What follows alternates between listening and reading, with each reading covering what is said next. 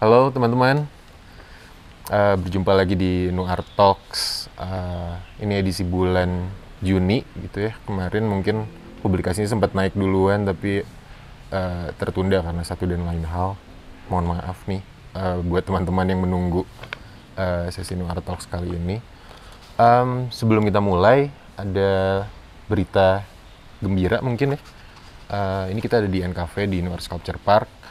Kemungkinan besar di akhir bulan ini Nuart bisa dikunjungi kembali. Sistemnya mungkin sama seperti Laksmi Resto yang ada di depan kami ini.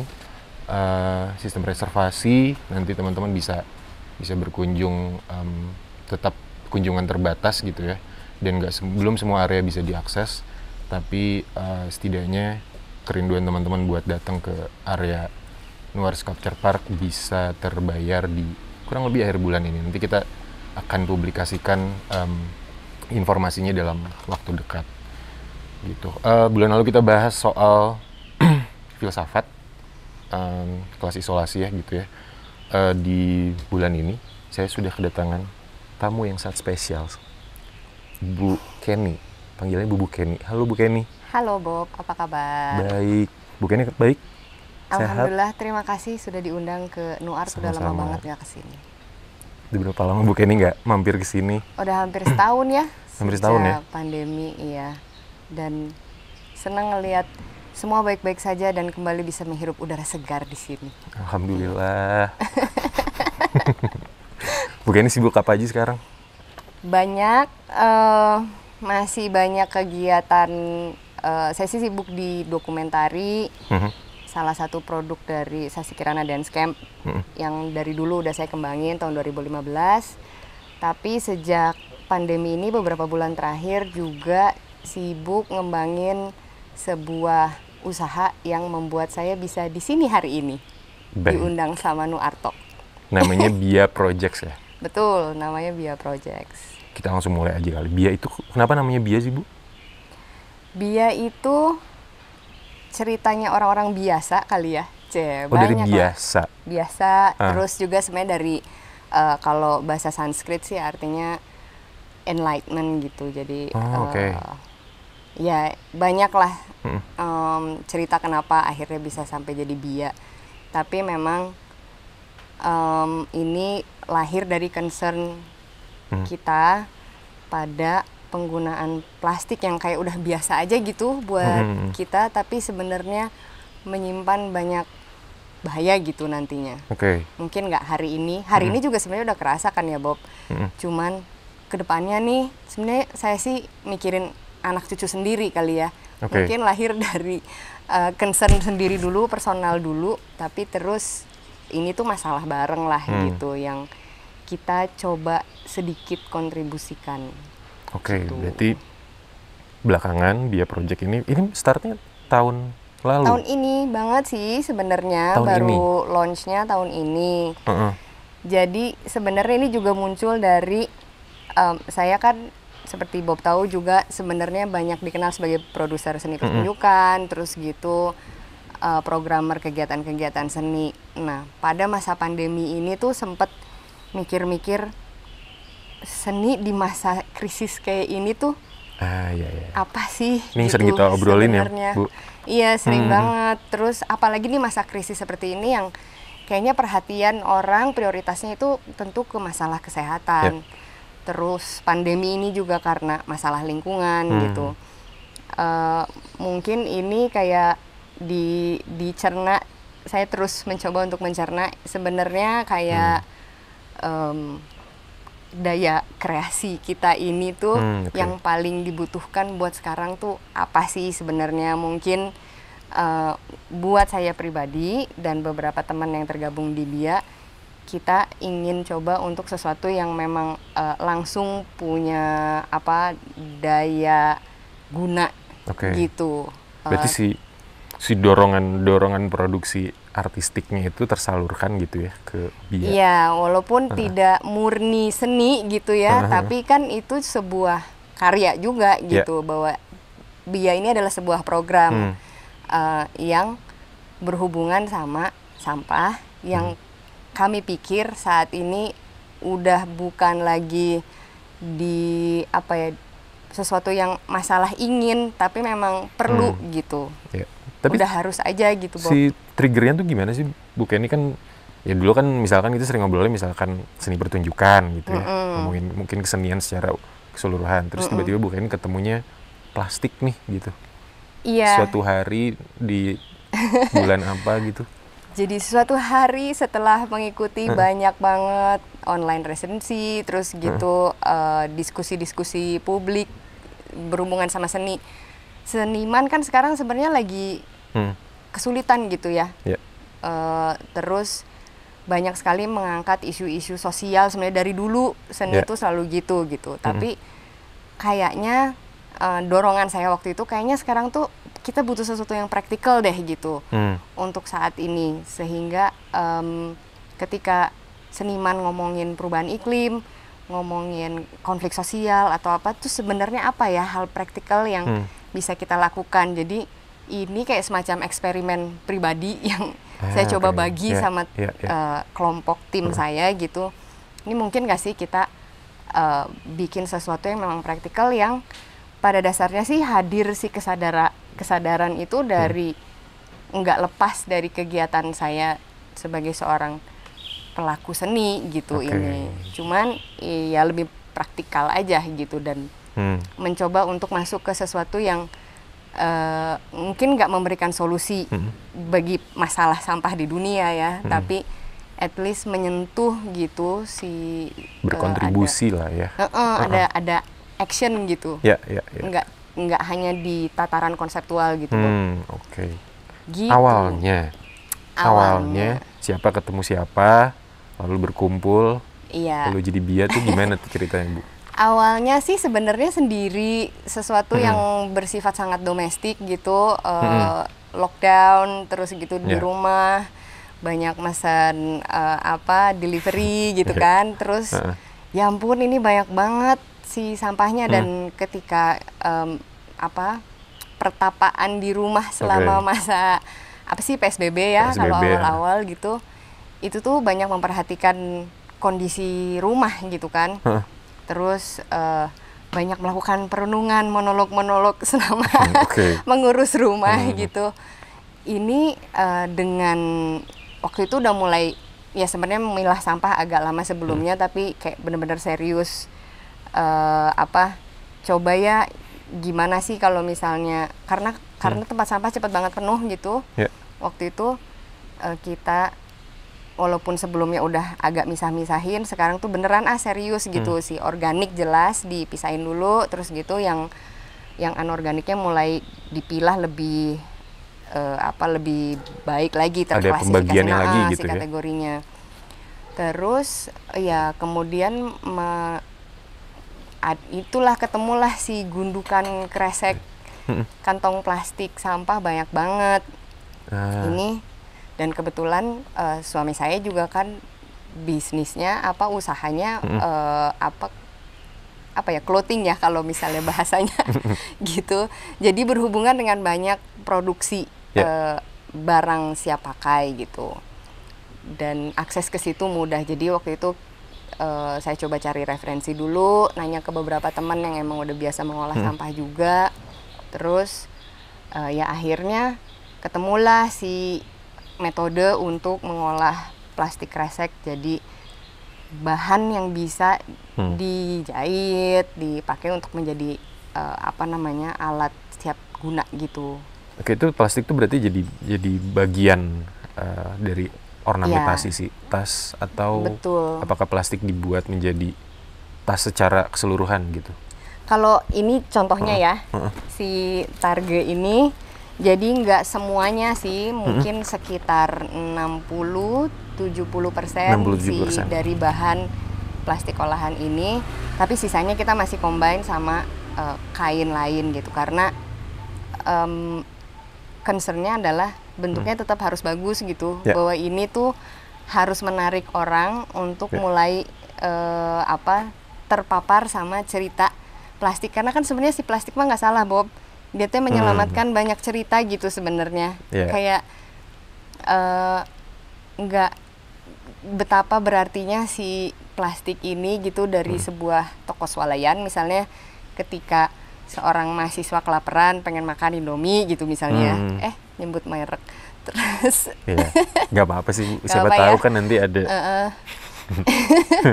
Terus misalnya ada buat perempuan misalnya menyimpan pembalut, hal-hal kayak gitu tuh memang sebenarnya plastik tuh nggak salah, tapi kitanya yang sebagai pengguna ya. Pengguna tidak memiliki kemampuan untuk menggunakannya dengan lebih bijak gitu. Oke. Menggunakannya mungkin iya, tapi mungkin setelah menggunakan kali ya. Iya, jadi menggunakannya secara holistik gitu ya. Oke, iya benar. Dengan si plastik ini diolah, sebenarnya utamanya adalah kita memperpanjang umur plastik. Saya tuh suka banget storytelling. Karena program-program lainnya akhir-akhir ini juga sangat berhubungan sama menyimpan memori, storytelling gitu ya. Karena saya merasa kita perlu narasi yang bisa dicerna oleh orang banyak gitu, supaya pesan kita mudah diterima gitu. Kayak di dokumentari juga gitu ya, Bu? Di dokumentari juga gitu banget kan. Nah, ini juga menyimpan banyak cerita kan.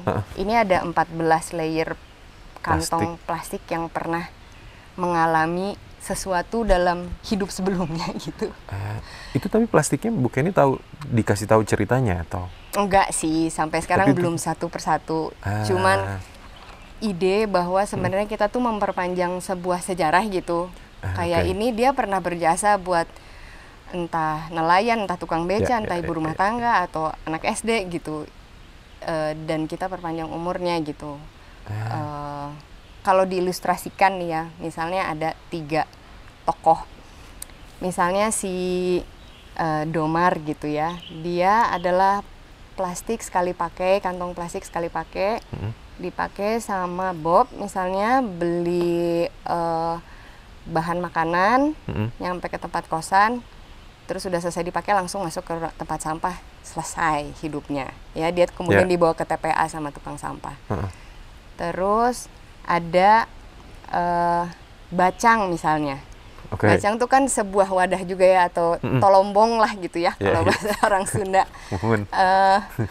Itu terbuat dari bahan organik dan dia kemudian dipakai selama bertahun-tahun sampai dia hancur. Tapi ketika dia hancur pun dia masuk ke dalam tanah, terus gitu dia memberikan nutrisi ke tanah. Mungkin bisa jadi pohon baru, mungkin pohon itu berbuah, berbuahnya dikasih makan buat seorang anak kecil.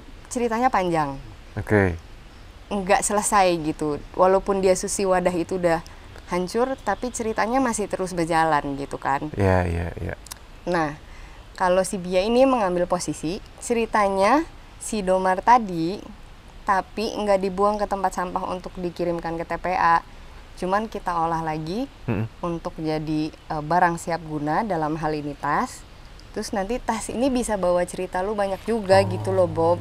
Ini tuh bisa jadi lu naro cincin kawin yang mau lu kasihin ke pacar gitu misalnya ya. Ini atau misalnya menyimpan obat untuk ayah lo yang sakit. Kayak ini tuh kita memberikan peluang cerita lebih panjang buat sesuatu yang otherwise akan berakhir sangat cepat gitu. Gitu. Berarti si plastik ini tanda kutip usianya diperpanjang, terus jadi bisa punya banyak cerita gitu ya. Betul. Ketimbang dari dia selesai di tempat sampah. Iya. Kayak gitu. Karena sebenarnya kita tuh baru jadi masyarakat yang kenal plastik 50 tahun yang lalu mungkin. Sebelumnya sebelum sejarah ada inovasi plastik, kita kan masyarakat yang sangat organik 100% ya. Jadi wadah tuh dari tembikar, dari bambu, dari macam-macam gitu. Kita baru inovasi plastik tuh baru ada tahun 50-an lah gitu ya, masuk ke Indonesia. Kurang lebih 50-an ya. Perang Dunia II lah diciptakan si plastik itu, terus gitu masuk ke Indonesia tahun 50-an. Kemudian segeralah terbangun beberapa pabrik plastik. Nah, kemudian kalau kantong plastik itu sebenarnya pun hadir sebagai upaya inovasi untuk menyelesaikan persoalan lingkungan tadinya. Karena dia mau menggantikan posisi kantong kertas yang berarti berhubungan sama penebangan pohon kan. Nah ini tuh maksudnya si kantong kresek dibikin juga sebenarnya buat menyelesaikan persoalan lingkungan. Betul. Cuman nggak terdeteksi atau terkirakan gitu si dampaknya. Ternyata ketika masuk ke masyarakat banyak, nggak semua bisa menggunakan dengan bijak gitu. Semua tiba-tiba langsung sekali pakai langsung dikirimkan ke tempat pembuangan akhir. Dan karena tempat pembuangan akhir kita juga belum mengolah sampah, kan memang dumping gitu ya kalau di sini. Itu bisa mengakibatkan musibah lainnya gitu. Yang paling langsung adalah ketika lewih gajah meledak gitu kan. Karena waktu itu kejadiannya adalah di TPA itu kan nggak kepisah organik. Kita kan nggak misahin ya, kebanyakan rumah tangga organik sama anorganik. Jadi zat metan yang terperangkap dari hasil hancurnya makanan barang organik, sampah organik di TPA tuh terlalu besar dayanya gitu. Itu tuh sebenarnya hancur dari bahan-bahan organik gitu yang harusnya dia jadi kompos, harusnya diolah jadi sampah organik gitu. Dia terperangkap kemudian meledak dan mengakibatkan kematian banyak sekali orang gitu di situ. Sampai meledak ya? Sampai meledak, Bob. Itu tuh atomik kayak si ininya. Jadi bencananya nyata banget sih dan sudah pernah terjadi gitu. Makanya bukan masalah pengen bikin atau kita pengen mengolah sampah, ini tuh kayak udah harus sih. Udah waktunya gitu. Nah, cuman kita juga tahu bahwa itu tuh saya sendiri dan teman-teman di BIA gitu sadar bahwa mengubah pola kita dalam mengolah sampah itu kan mengubah gaya hidup gitu. Betul. Bukan sesuatu yang mudah dan mungkin terkesan ribet gitu kalau misalnya belum dimulai. Mengatasi kemageran ini ya. Untuk misah-misahin, belum memang harus disediakan ruang untuk sampah terpilah gitu, dan belum ada juga banyak, nggak banyak si bank sampah yang bisa mengelola sampah terpilah. Itu ya kita harus bareng-bareng aja sih. Misalnya teman-teman kemudian punya ini sampah kertas mau diapain gitu, ayo dong siapa dong bikin usaha atau yang mengolah kertas biar kita bisa kalau kertas sampah ke kamu gitu misalnya. Terus gitu gue bagian kaleng deh gitu. Kayaknya itu lebih mudah dan lebih cepat kita bisa mengatasi ini daripada kita menunggu kebijakan yang bisa menyelesaikan persoalan sampah di Indonesia ini gitu. Bikin hub-hub secara komunal gitu ya. Bikin dong, geng. Gitu. Siapa yang mau ngambil kertas? Siapa yang mau kaleng gitu. Iya, teman saya ada yang ngumpulin kertas, terus dia bikin kertas yang pakai bibit gitu, Bob. Bibit. Jadi kalau misalnya benih. Jadi kalau misalnya udah nggak dipakai, itu kan bisa jadi tag, bisa jadi apa gitu. Tinggal dimasukin ke tanah, ntar dia tumbuh jadi bayam atau jadi kangkung atau apa gitu karena mengandung si kertasnya ada titik-titik gitu. Jadi mahal nggak Bu tapi? Ya pasti lebih mahal dari kertas biasa sih. Tapi kan untuk saat ini tapi kalau kertas tadi ya itu berarti kita pakai dulu, abis itu pas dibuang bisa jadi tanaman gitu. Iya. Kalau di plastik itu memungkinkan nggak sih Bu? Kalau di plastik ya susah ya, kalau nanam benih mah susah. Ya, karena ini kan butuh waktu lama banget untuk bisa menghancurkan plastik. Intinya si kesadaran kita buat mau memilah itu ya, memilah si sampah. Mungkin juga ada yang berinisiatif buat misalkan spesifik gitu ya, mengolah tutup botol gitu, itu udah lebih banyak gitu, sih. Tutup botol lebih banyak sebenarnya. Plastik yang kalau plastik sih lumayan banyak ya orang yang udah punya alat-alat dan metode untuk mengolah gitu. Tapi kayak misalnya mungkin ada yang kaca, kaleng dan lain-lain gitu, itu sangat bisa gitu terbuka peluangnya. Oke. Gitu. Saya penasaran tadi tuh pengen nanya ke Bu Kenny tuh, kalau di rumah tempat sampahnya itu dibagi jadi berapa, Bu? Tempat sampahnya, jadi ini saya sih terus terang beginner ya, mungkin buat yang udah lebih lama itu pasti lebih canggih lagi gitu ya. Cuman saya pengen cerita sama Bob aja bahwa ternyata nggak ribet-ribet amat kok gitu. Dan yang dicoba Capa sama Bia juga adalah menjadi beginner bersama gitu. Karena belajar bareng aja yuk gitu, karena gue juga nggak pinter kok sebenarnya, tapi dari yang sudah kita punya apa yang bisa kita kerjain bareng gitu. Nah ya saya sih cuman milih yang pasti organik itu dijadiin kompos. Terus saya pilihnya bahan kertas-kertasan, plastik juga kan ada yang kresek, ada yang kantong gitu, ada yang botol, tutup botol, terus gitu. Tetra Pak kayak bekas susu atau jus gitu banyak, itu kan terdiri dari beberapa lapisan soalnya. Terus itu harus dibongkar dulu nggak biasanya? Nggak. Nah kalau saya belum serajin itu, tapi ada yang lebih rajin membongkar. Oh, ada sampai dibongkar ya? Iya. Wow. Oke. Iya. Terus kaleng kaca sama limbah B3 ya, yang kayak baterai, barang elektronik gitu-gitu. Itu nggak semua bisa nerima sih. Emang kalau yang umum kan maksudnya kita biasanya ngebagi tempat sampah 3 gitu ya setidaknya ya. Yang di tempat-tempat umum gitu ya. Kalau organik, anorganik sama kaleng-kalengan bekas makanan gitu ya kalau nggak salah. Nah itu sebenarnya sejujurnya saya tidak terlalu mengerti karena pembagian itu ya. Karena itu kan yang pasti sampah tuh setahu saya bank sampah itu melakukan sorting dan cleaning lagi setelah kita ngumpulin ke mereka gitu, karena apalagi di masa kayak gini ya, semua harus terjamin higienis, tingkat higienisannya ya. Oke. Sekarang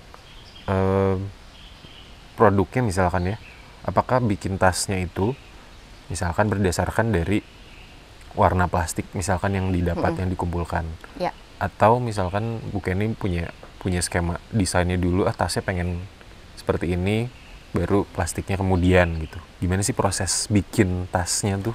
Proses bikinnya ya ngelihat sumber daya materialnya dulu ya. Kebetulan sekarang tuh sebenarnya penggunaan plastik di Bandung setidaknya ya itu mungkin hampir 70% plastik putih ternyata. Indomaret gitu ya. Ya, plastik putih gitu ya. Plastik dari pasar swalayan gitu. Tapi ada juga sih pasar swalayan di Bandung yang warnanya kuning, mantep banget itu mah. Oh iya. Sekarang sih masih dipilah berdasarkan warna, kemudian diolahnya berdasarkan warna. Cuman sehingga kita banyak banget dapat bahan warna putih kayak gini gitu. Nggak diwarnain lagi berarti? Atau dikasih? Enggak diwarnain lagi, nggak diwarnain lagi. Nah, tapi tentu saja R&D terus berjalan, kita terus mencoba untuk memperbaiki metode, terus gitu, teknik, terus juga mencoba material-material baru, kayak misalnya mungkin polybag buat tanaman, itu juga kan punya umurnya, itu juga sedang mulai kita olah gitu. Karena banyak kan sebenarnya perkebunan atau taman-taman yang memang pakai polybag, nggak langsung ditanam ke tanah gitu. Itu yang lagi kita usahakan, itu tentu warna dasarnya hitam. Terus kita tapi coba untuk yang diutamakan sebenarnya desain sih. Jadi desainnya dulu, terus mungkin nggak perlu banyak-banyak sih sebenarnya, tapi orang tahu bahwa ini tuh merupakan usaha kita untuk bicara soal isu pengenalan terhadap pengolahan sampah lah. Saya nggak merasa bisa menyelesaikan sama sekali gitu persoalan sampah ini, cuman we do what we can do aja gitu, Bob. Terus jadi juga karena memang yang diutamakan adalah desain, nggak untuk kedepannya mungkin dia nggak semuanya si plastiknya ada di depan, mungkin di lining dalam gitu, karena keuntungannya adalah ini jadi waterproof sebenarnya. Tapi sementara ini memang masih di area di luar. Masih di gitu. luar. Tapi udah ada beberapa rencana ke depan yang memang kita combine sama bahan lain supaya karena kan banyak tuh prints cetak grafis dari plastik itu juga ternyata ketika disatu-satuin lucu juga sih gitu ketika dipotong-potong terus disatu-satuin kolase gitu ya gitu. Dan harapannya sih kita juga karena berawal dari kecintaan pada cerita gitu ya. Si ini pun nggak berhenti di produk doang tapi lebih ke program gitu. Sama gimana kalau Bia Goes to School gitu, gimana kalau ini kita jadi bisa cerita ke adik-adik di sekolah gitu tentang plastik hanya untuk membangun kesadaran aja sih. Mungkin kita baru sampai situ dulu gitu, tapi yuk kita ngomongin kantong kresek gitu. Itu tuh bukan sesuatu yang bisa cuman berakhir di tempat sampah doang loh. Sebenarnya ada yang bisa kita lakukan gitu ke sekolah. Udah jalan itu bukan program? Saat ini sih kita kolaborasi yang udah pasti jalan itu sama komunitas kami Seni Tani. Itu Seni Tani itu komunitas urban farmer di daerah Arca Manik, Bandung. Jadi mereka mengolah sebuah petak di sana untuk berkebun. Terus kebunnya udah mulai panen terus gitu. Terus kita jadi mereka buka kayak langganan, kita bisa langganan sayur gitu Bob. Kamu bisa langganan sayur sama mereka. Nanti setiap langganan sayur itu dapat tasnya Bia gitu. Yang memang didesain khusus buat naruh sayur gitu. Programnya apa aja nih gitu. Jadi harapannya bisa menyentuh lebih banyak komunitas aja. Misalnya buat ibu-ibu bisa juga ikut mengambil salah satu bagian dari step-step pengolahan plastik kita gitu. Kita juga pengen coba masuk ke area rural gitu di beberapa daerah. Jadi sebenarnya metodenya tuh bisa dilakukan di beberapa tempat gitu. Tapi saat ini masih ngumpulin resource lah ya untuk bisa naruh beberapa titik produksi bahannya, pengolahan bahan. Tapi kita mencoba untuk selalu sadar bahwa yang perlu mendapatkan paparan informasi tentang penggunaan plastik tuh macam-macam gitu, nggak cuman masyarakat yang bisa mengakses informasi lewat Instagram kita gitu. Kalau misalnya masyarakat digital mah nggak terlalu susah lah ya untuk reach-nya, tapi mungkin ada teman-teman lain yang belum terpapar informasi informasi gitu.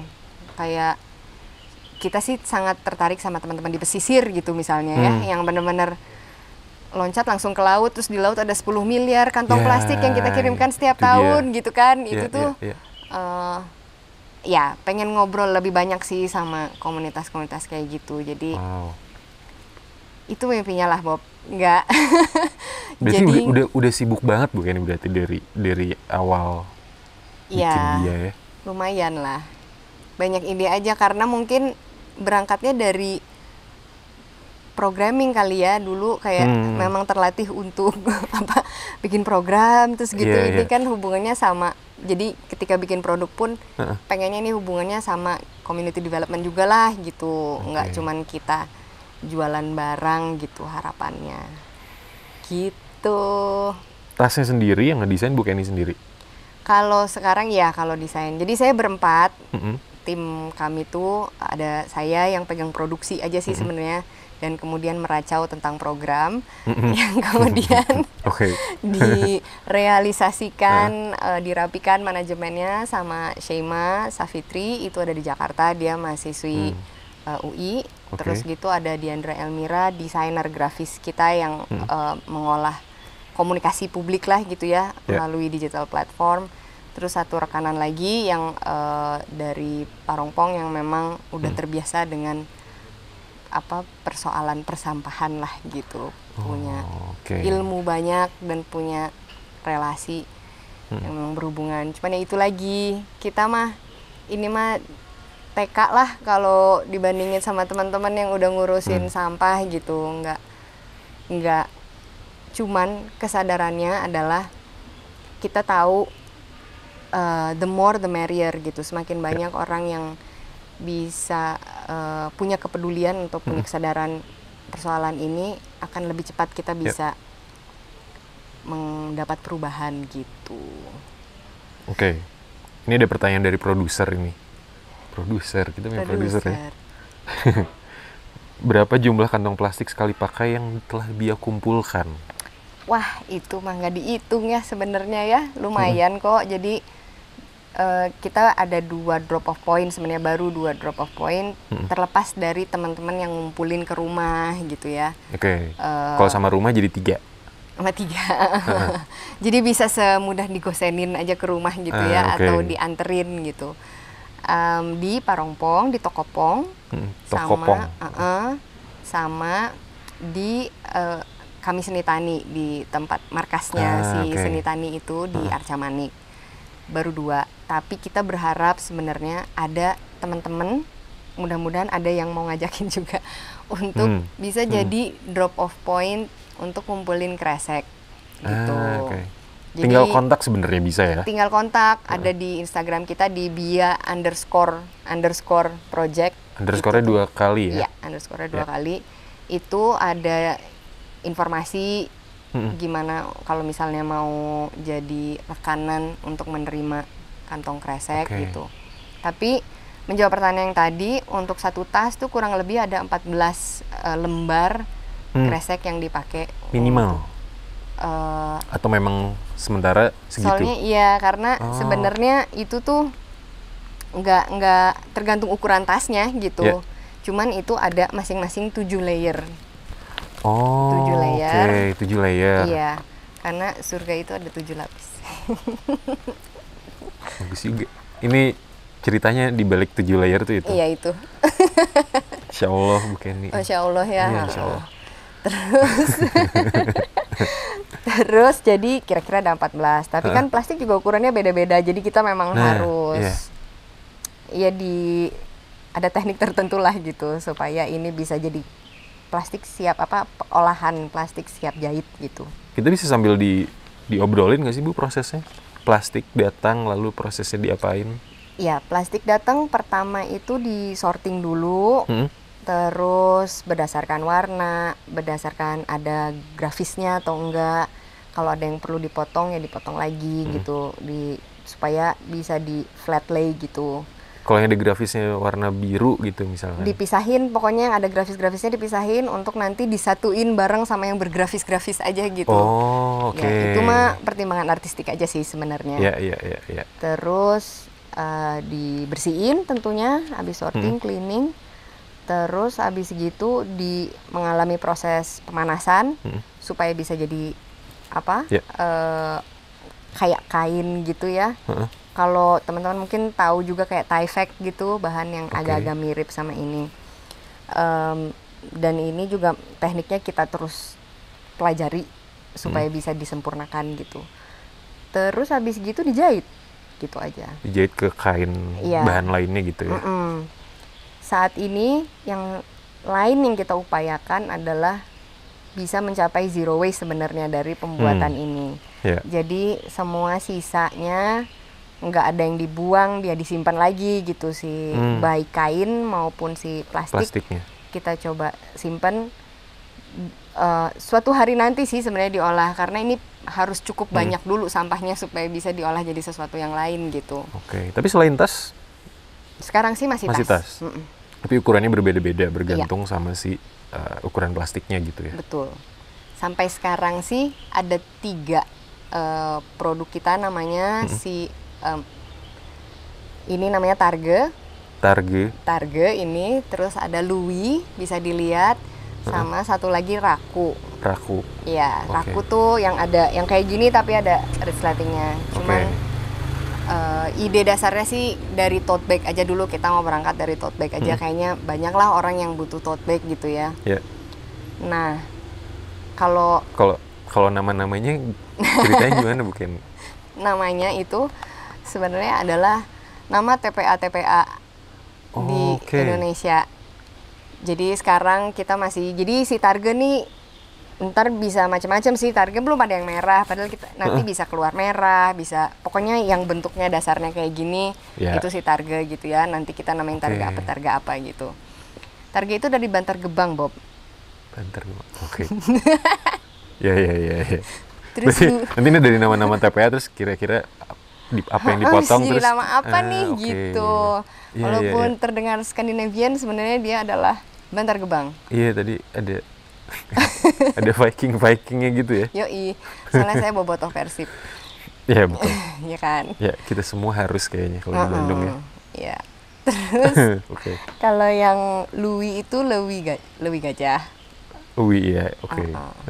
Kalau Raku rawa kucing. Rawa kucing. Betul. Jadi. Ya gitu deh.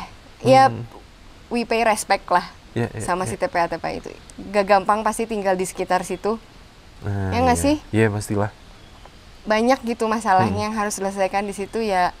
Setidaknya kita bisa tribute to salah satu TPA gitu dan berterima kasih pada apa yang sudah mereka sediakan gitu untuk menyelesaikan. Jadi pengingat juga ya gitu ya. Ini tuh nama-nama TPA tuh kayak Iya kan, kayak pengolah sampah tuh kalau yang white collar gitu mungkin terlihat heroik gitu ya, kayak pejuang dan lain. Tapi sebenarnya orang-orang yang sehari-hari ngurus sampah rumah tangga, ngambilin gitu-gitu, mungkin orang yang paling jarang kita ajak ngobrol juga gitu. Iya betul. Ya nggak sih? Padahal itu tiap hari dia ngurusin sampah lu loh. Iya benar. Yang paling kotor-kotor ada lu, dia yang lihat gitu. Jadi sedih, Bu. Iya. Iya gitu. Kalau sedikit direnungkan tuh kayak agak lumayan kemana-mana sih masalah sampah tuh. Kita cuma inget kadang bayar sampahnya aja gitu ya, mungkin. Terus beres deh. Ketemunya juga pas bayar sampah biasanya gitu. Terus nggak mikirin tuh dia ngurus popok sekali pakainya kemana, terus lut gitu-gitu. Itu juga yang bikin kayak misalkan ya buang sampah dengan plastik tuh kayak semudah dan praktis itu ya, kayak udah ada sampah masukin plastik ikat buang gitu. Mungkin kalau kita mikir 1-2 langkah lagi aja mungkin itu bisa lebih sustainable gitu sebenarnya. Tiba-tiba pagi-pagi itu jadi agak berat. Iya, agak lumayan melo sih kalau mikirin itu tuh, dan itu tuh tiap hari gitu. Betul. Bandung menghasilkan 1000 sekian ton sehari terus. Dan sebenarnya perilaku masyarakat kupikir cukup relevan gitu ya kalau kita melihat perilaku masyarakat tuh dari seberapa banyak sampah yang dihasilkannya gitu. Dan bagaimana masyarakat tersebut mengolah sampah. Jadi kalau kita masih serabutan ya mungkin ya serabutan itulah masyarakat kita gitu. Jadi kalau nggak pengen disebut serabutan ya hayu yuk gitu. Kita mulai dari yang paling sederhana aja, pisahin dulu yang organik aja dulu. Jangan sampai ada lewi gajah lagi gitu. Iya, bahkan itu pun juga masih susah gitu ya buat memisahkan yang organik dan anorganik tuh. Padahal kalau kita memaparkan algoritma kita sedikit aja ke masalah pengolahan sampah di sosial media, itu akan muncul sih beberapa inovasi teman-teman yang deket yang bisa menyelesaikan masalah itu gitu, kayak komposter gitu. Udah banyak teman-teman yang bikin yang sebenarnya bisa lu taruh di kosan terus gitu untuk menyelesaikan masalah itu gitu. Terus masalahnya kan kita memang hidup di dalam dunia yang algoritmanya membuat kita terkelompokkan dalam bubble-bubble ini sehingga bener. Informasi tuh kadang-kadang sama sekali nggak nyampe gitu. Sementara yang satu udah gila banget gitu, yang kelompok lain sama sekali nggak ngedenger berita ini gitu.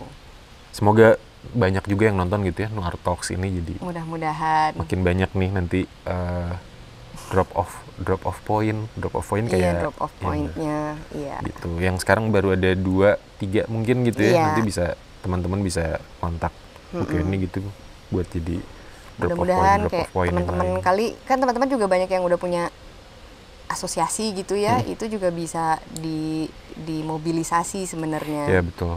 Gitu kayak banyak toko kopi, Yeah. kedai kopi atau apalah gitu, atau hubs yang ada di Iya, betul. mulai menjamur ini sebenarnya kita senang banget kalau misalnya, dan saya pikir itu tidak mungkin sama untuk semua gitu. Pasti ada program-program yang bisa kita develop sesuai dengan karakteristik betul. teman-teman yang ada di situ gitu. Jadi kolaborasi kan jadinya gitu sama banyak pihak ya. Iya. Sebelum kita, ini kan biasanya kalau di Nuart Talks tuh ada biasa interaksi. Kita nanya ke followersnya Nuart di Instagram gitu, mau nanya apa nih sama si narasumber gitu.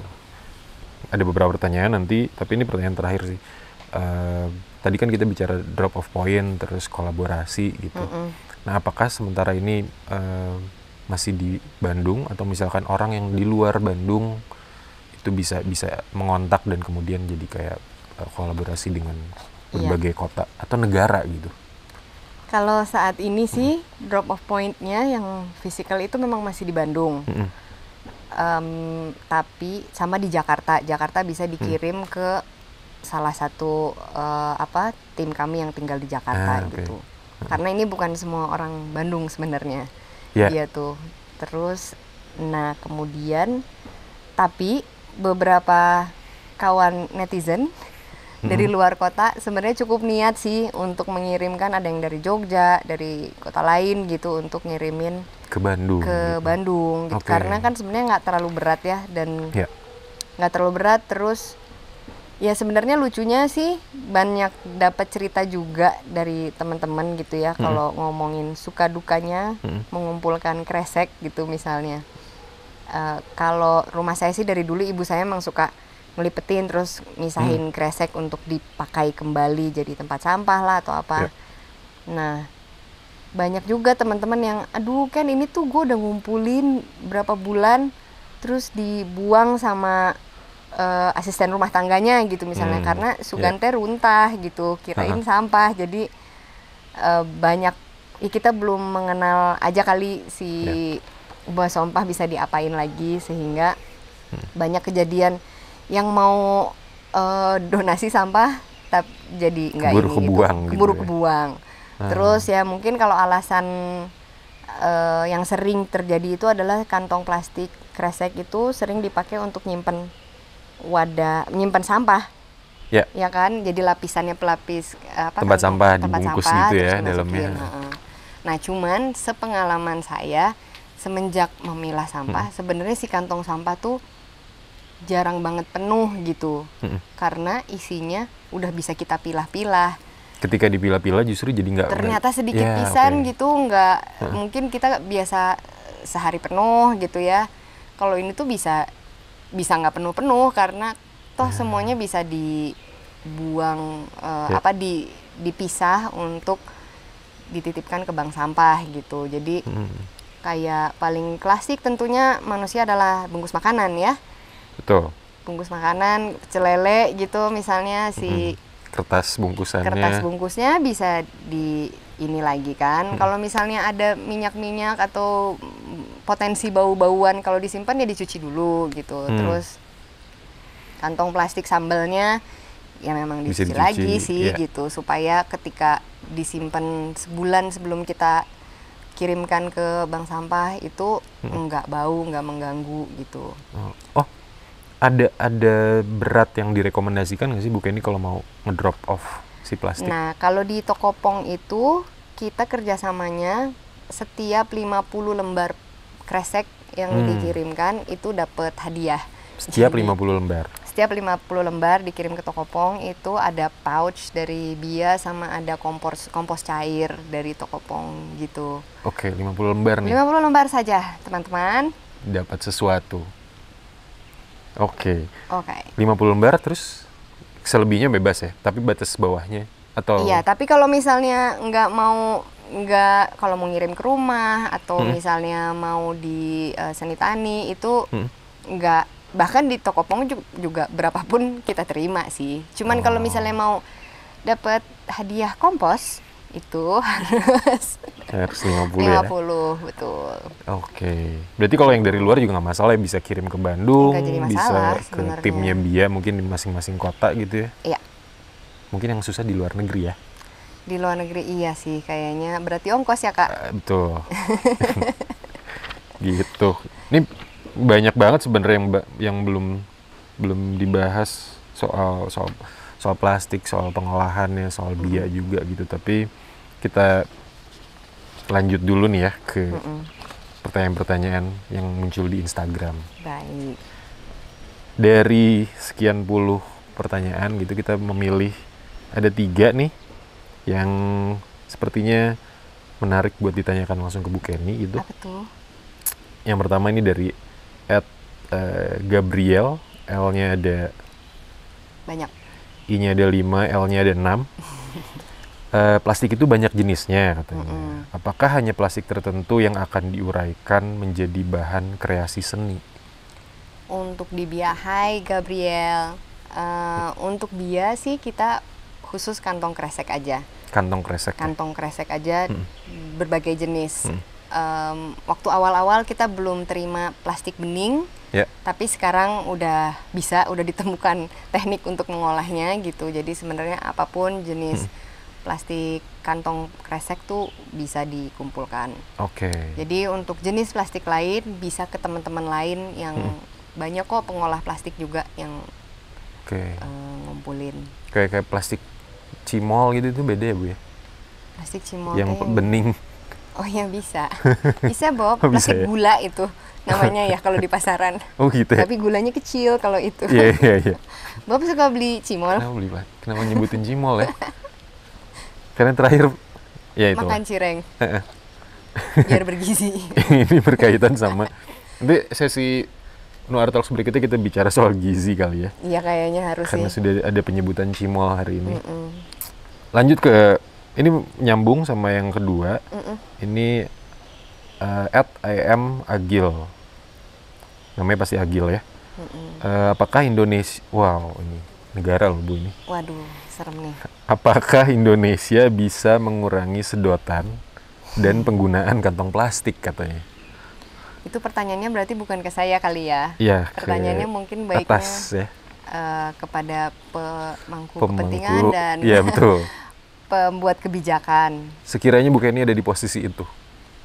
Tapi sebenarnya kita sih sebagai rakyat ya harusnya yang mensukseskan itu gitu. Kita harus berkontribusi ya.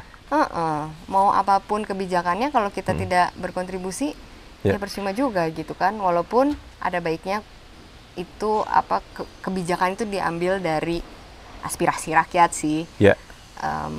Tapi kalau kita lihat beberapa film bertema lingkungan, bukan hanya sedotan dan plastik sih yang berkontribusi besar pada perubahan iklim ini. Banyak banget perilaku bahkan konsumsi kita terhadap makanan itu juga sangat berpengaruh gitu. Jadi dan konsumsi data juga ya. Betul. Jadi semakin baca sebenarnya kadang-kadang semakin frustrasi juga sih kayak ini mau mulai dari mana gitu, kayak jejak karbon, terus sebentar lagi aduh kalau misalnya alga hilang di laut gimana gitu-gitu. Makanya apa yang kita bisa dan mencoba untuk mengubah gaya hidup menjadi lebih sustainable aja mungkin gitu. Sudah cocok sih Bu Kenny ini mewakili Indonesia di ajang Olimpiade. Bu Kenny ini akan naik kurang lebih ya nanti. Selalu bingung kalau ngomong ini naiknya kapan ya, karena pre-recorded gitu. Tapi intinya sih kita udah dapat gambaran gitu ya, Bu Kenny kesibukan terakhirnya dengan BIA ini seperti apa gitu ya, program-programnya. Semoga kita juga bisa ikut berkontribusi nih sama semoga ya proyeknya Bu Kenny gitu. Nanti drop off-nya ditambah, mungkin sekarang ada beberapa orang di sini jadi orang-orang yang memegang drop off point buat kantong plastik. Amin. Semoga lebih banyak lagi yang bisa kerja bareng bikin program sama BIA. Amin. Sukses terus Bu dengan BIA-nya gitu. Kita dapat tas nggak nih? Anda kebalik. Oke, Bu Kenny terima kasih banyak sudah datang. Sudah dinikmati tehnya Terima kasih banyak. khas pantry Iya. di kantor.